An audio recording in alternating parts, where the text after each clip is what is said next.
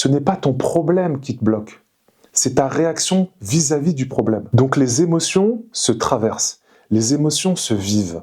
Elles apparaissent comme un mouvement d'eau que l'on n'explique pas. C'est comme si le subconscient représentait l'océan et les vagues les émotions. J'ai fini par comprendre qu'on ne peut pas surpasser ces émotions ni les dépasser, mais simplement les accepter et tenter de les observer. Quand on est enfant, d'ailleurs les parents font souvent ça, ils ne veulent absolument pas voir leurs enfants pleurer, alors ils font tout pour leur faire plaisir. Si l'enfant se met à pleurer, ils vont tout faire pour annuler l'émotion. Ils veulent annuler l'émotion de l'enfant, comme s'il n'avait pas le droit ou on ne lui accordait pas le fait d'avoir cette émotion. On s'accorde bien à dire que nous pouvons être joyeux, nous pouvons avoir peur, nous pouvons nous mettre en colère.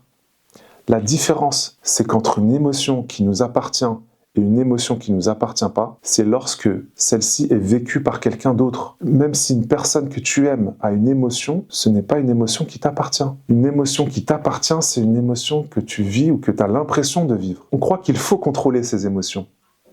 Mais contrôler ses émotions, c'est forcer. Et forcer, c'est résister. Et résister, c'est que ça peut exploser. Déjà, c'est que ça va persister, et c'est que ça peut exploser comme une cocotte minute.